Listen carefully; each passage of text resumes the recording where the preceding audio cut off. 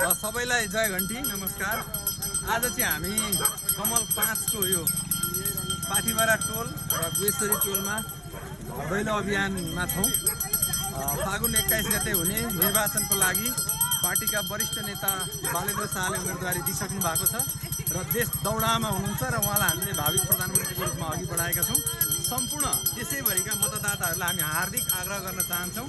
साथसाथै सर्वप्रथम झापा क्षेत्र नम्बर 5 का सम्पूर्ण परिवर्तनशील मतदातालाई हामी आग्रह गर्न चाहन्छौँ। तपाईहरूले बुझिसक्नु भएको छ, यसपालि मत परिवर्तन गरेर चाहिँ यहाँहरूले पक्कै पनि इतिहास बनाउनु हुनेछ र थप यो देशको आगामी भाग्य र भविष्य र आफ्ना पुस्ताको चाहिँ यही देशमा चाहिँ बस्ने वातावरण बन्छ भन्ने यहाँहरूको विश्वासलाई हामी व्यवहारमा परिणत गर्नका लागि तपाईँहरूको घर दैलोमा आउनेछौँ, सबैतिर आउनेछौँ। झापा क्षेत्र नम्बर 5 का 29 वटै वडामा हामी आउनेछौँ र यहाँहरूका समस्या बुझ्नेछौँ र भोलिका दिनमा बन्ने सरकारले यहाँहरूका मागलाई सम्बोधन गर्ने विश्वास लिएका छौँ। यहाँहरू सबैको जय होस्।